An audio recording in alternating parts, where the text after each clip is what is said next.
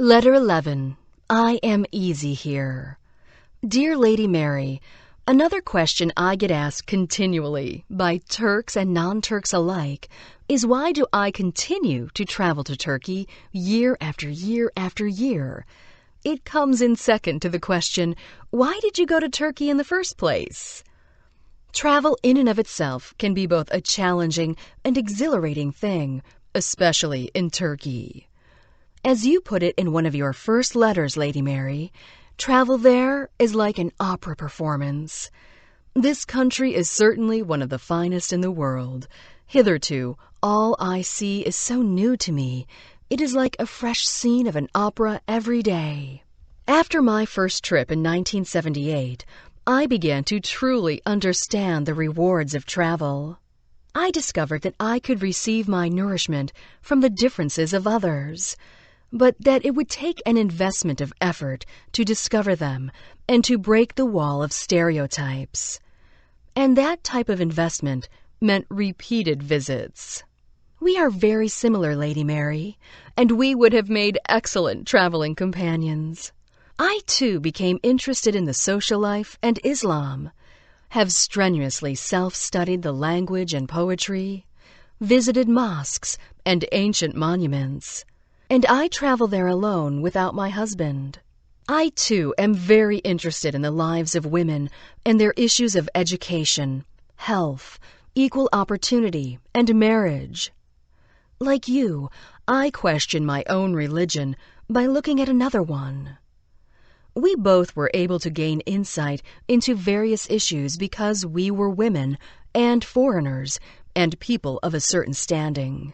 Traveling, especially alone, demands a motive resilient enough to withstand all the diverting influences of heat, fatigue, appetite, worry, anxiety, inertia, and natural laziness.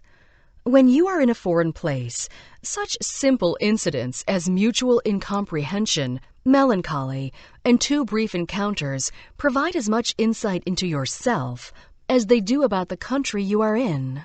There are simple, indulgent reasons why I love to travel in general. It allows me to meet new friends, taste new dishes, discover new games and sports, rediscover friends that I only see once a year, and discuss all kinds of topics for hours on end. I can take photos, draw and paint, write, read, eat 3 meals a day, have time for tea breaks and refreshments, and view natural and man-made wonders. Travel allows me to walk, to be on my feet all day, to sleep soundly at night. Travel allows me to be outdoors in nature, to look at trees, listen to birds, and breathe deeply. Yet traveling in Turkey allows me something more. It allows me time to daydream, especially on those long bus trips. It allows me time to catalog the books in the library of my life into a classification system that works for me. Those rides across the endless plains help me do that, as they give me time to sit quietly with myself and provide me the opportunity to listen to my own voice. Traveling in Turkey helps me heal when I am wounded. In those moments when you feel your strength has left you, when you are afraid to step out from behind the curtain into the spotlight of the stage of your professional life, when you think there is no life after love, when the suitcase full of your insecurities becomes too heavy to tote around, when you yearn for that intangible, lost part of yourself, when your life is filled with loneliness or fear. Well, at that moment, the empty fawn ribbon road comforts you, for you can see that even in the barren Anatolian plain that all kinds of beauty can grow. On that road, estranged from all that is familiar, you more clearly see from what you are isolated in your life. This challenging unfamiliarity is for me, oddly enough, both a pleasure and a source of strength of travel. When I confront fear, loneliness, isolation, and self-doubt on the road, I subdue it, and then conquer it. I take pride in these tiny victories. They are the mortar that repairs the chinks in my battered walls.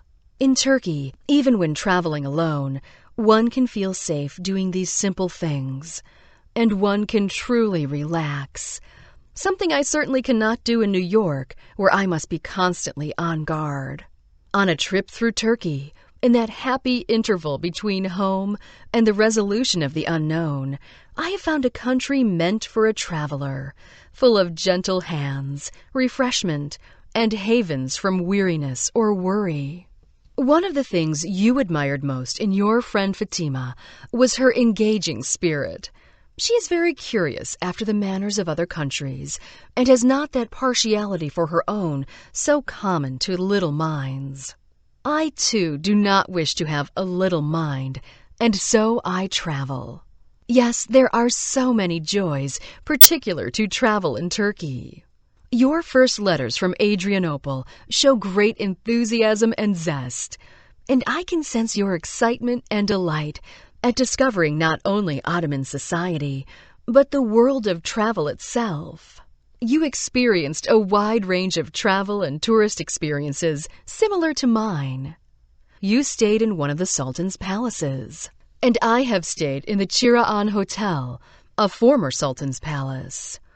You were escorted in Adrianople by a troop of 500 janissaries, whereas in my case, the flocks of helping hands that surround and engulf me when I travel can feel like an army of personal guards.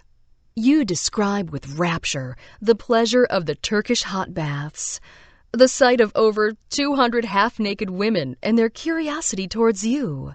And I can attest that being a blonde Western woman in a hammam in a small town used to draw quite a crowd around me. You express rapture about the lush decoration and furniture of palaces. But how I wish you could witness the extravagance of the Dolmabahce Palace, built after you left. You relate how you watched the Sultan pass by in a parade, and I, too, have seen political royalty, and have shaken hands with Prime Ministers Mrs. Tansu Çiller and Mr. Suleiman Demirel during my travels. One of your most famous letters tells of the meal you shared with the former Sultan's wife. I have eaten with semi-royalty, too, with the mayor of Istanbul during the festivities of the 1995 Congress of the International Federation of Librarians Association.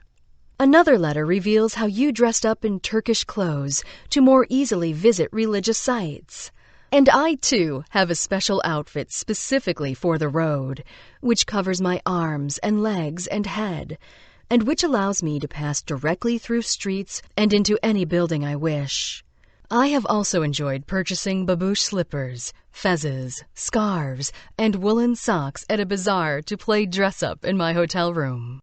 Your description of the Selimiye Mosque in Edirne would shame descriptions by the leading art historians today, as you depict it perfectly down to the last detail. I was happy to see how you made a Turkish friend, the beautiful Fatima, for I too have known the joy of making Turkish friends and visiting them again and again. You took carriage excursions to the surrounding countryside, much like I have hired a driver to embark on an adventure to find the ruins of Kubadabad or a lost Han. After you arrived in Istanbul, you found a rhythm to your life that sounds much like mine when I travel, falling into a pleasant routine of reading, writing, studying the Turkish language, listening to music, visiting markets, streets, old neighborhoods, baths, mosques, and dervish monasteries, and enjoying boat excursions up the Bosphorus. You see, we share the same delights of travel in Turkey. I am indeed in your footsteps.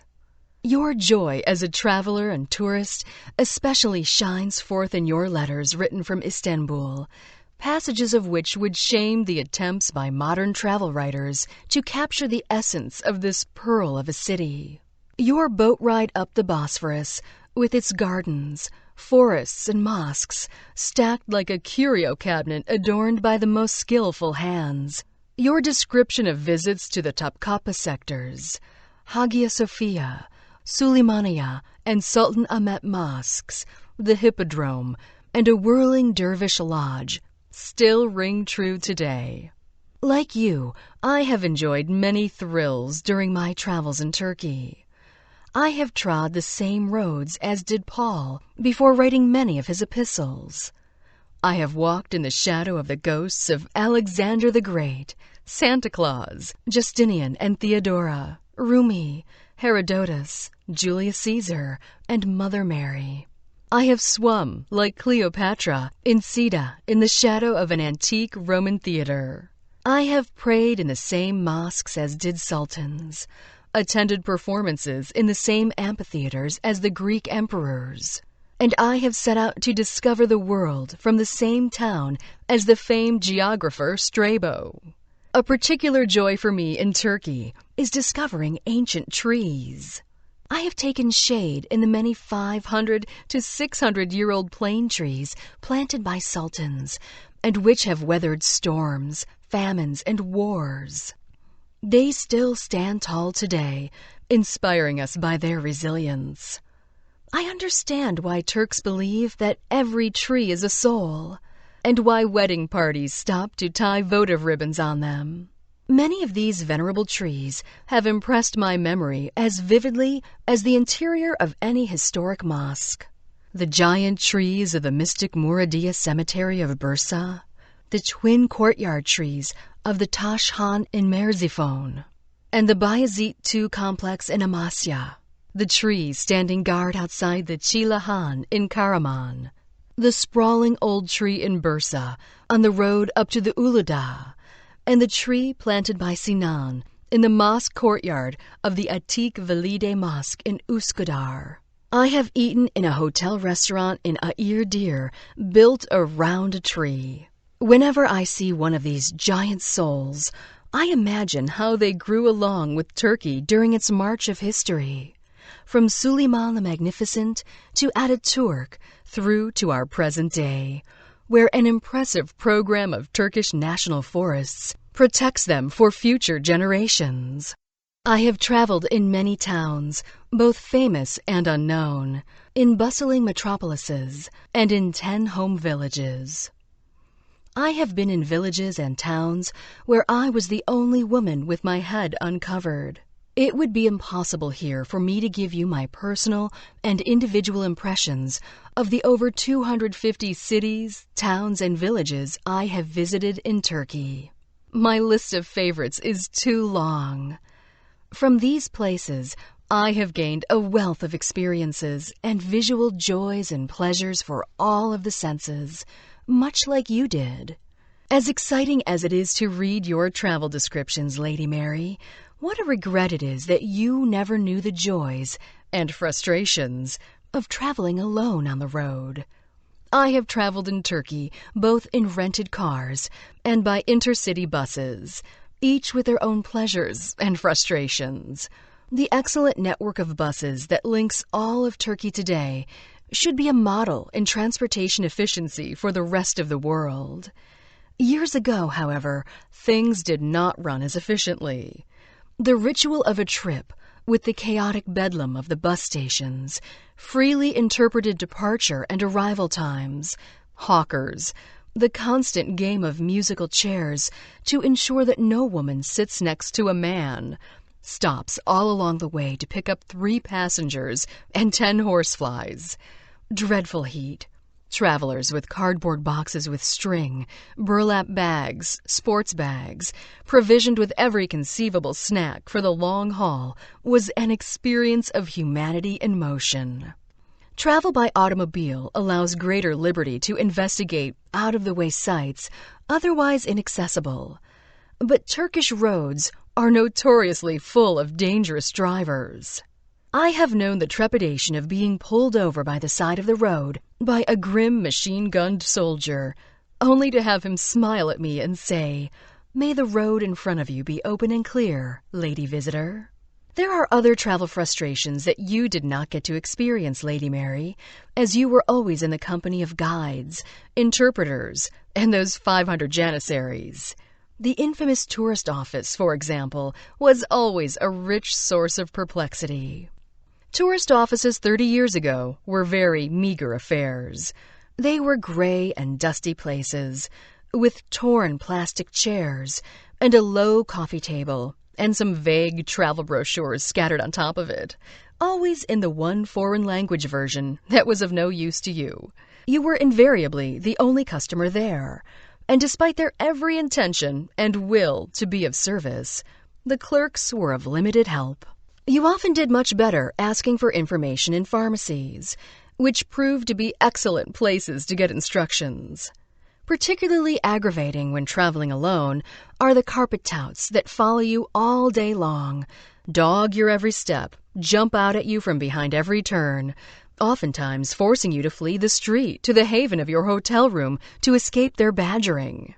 I think it would even defy those 500 janissaries of yours to disperse this relentless group. In the days before automatic cash machines, changing money in a bank was a half-day event, with multiple copies of forms to fill out, lines to stand in, and questions asked. Simple things also can be risky during travel in Turkey. Marble sidewalks may be beautiful, but they are deadly slippery.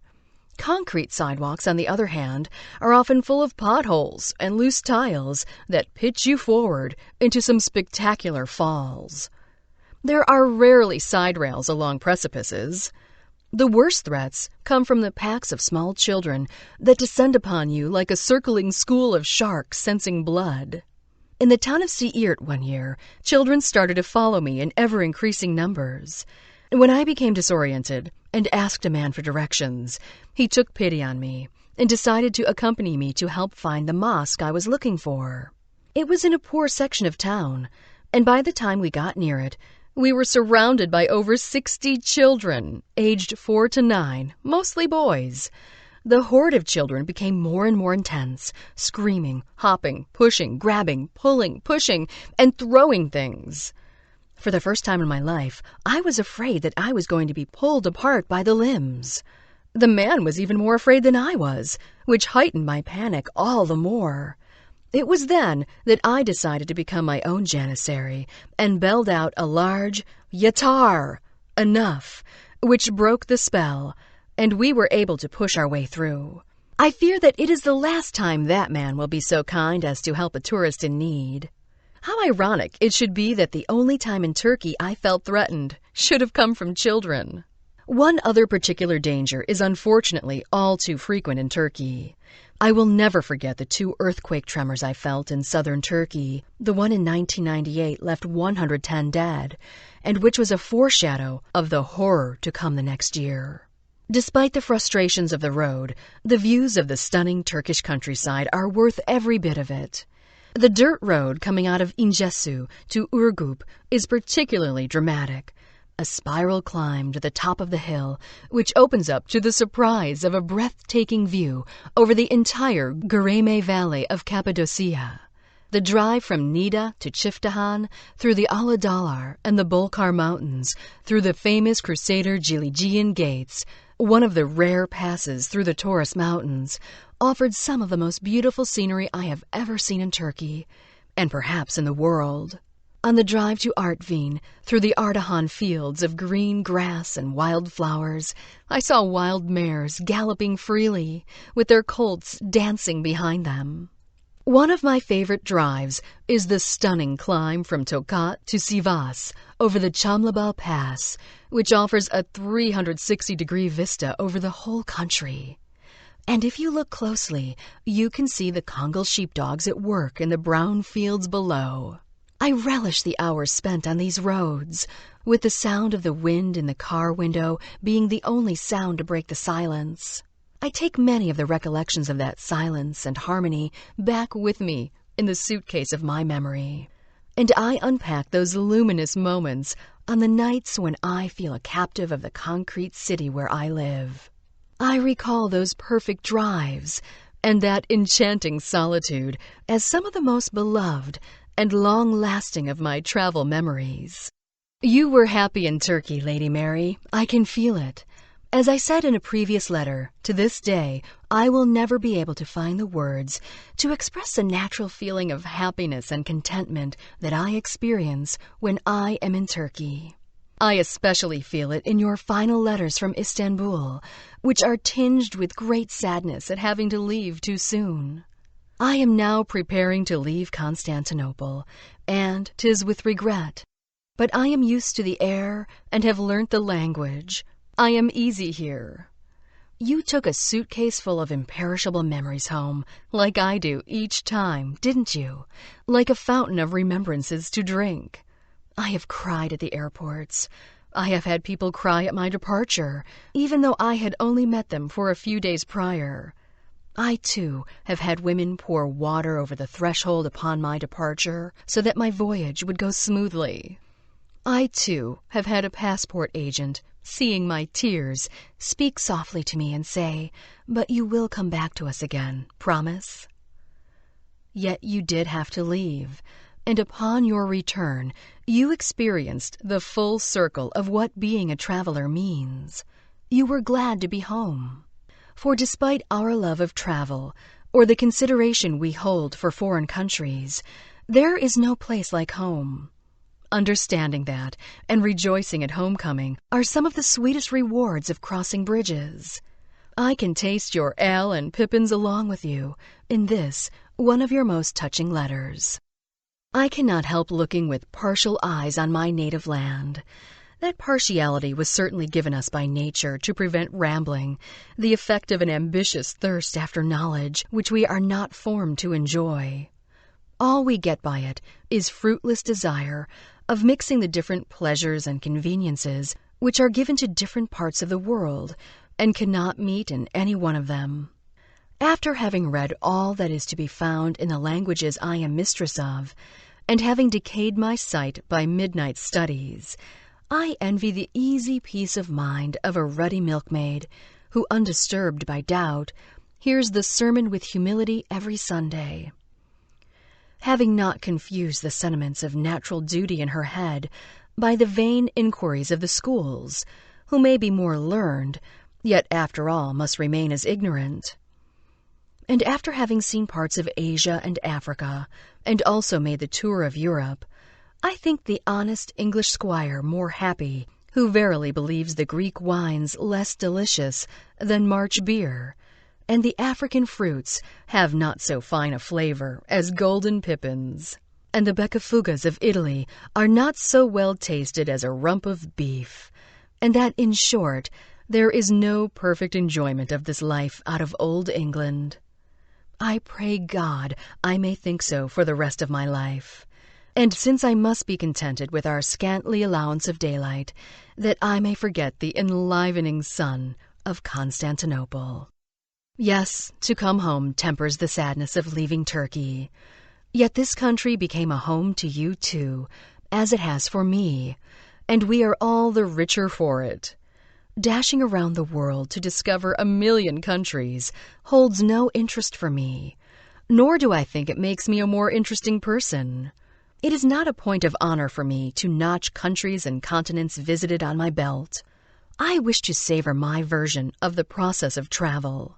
I want to feel perfectly happy in a place where I have made a home, a place that makes me appreciate returning once again to my real home. Travel to Turkey allows me that savoring. So in the end, how can I answer that question of why I really like to travel to Turkey so much? Exactly what is it that pulls me back there every year, like a pilgrim to a holy site? I suppose, if truth be told, it is not just a question of talking stones and bridges and 500-year-old trees and the open road. It is quite simply because Turkey is full of Turks. Sincerely, Catherine Branning.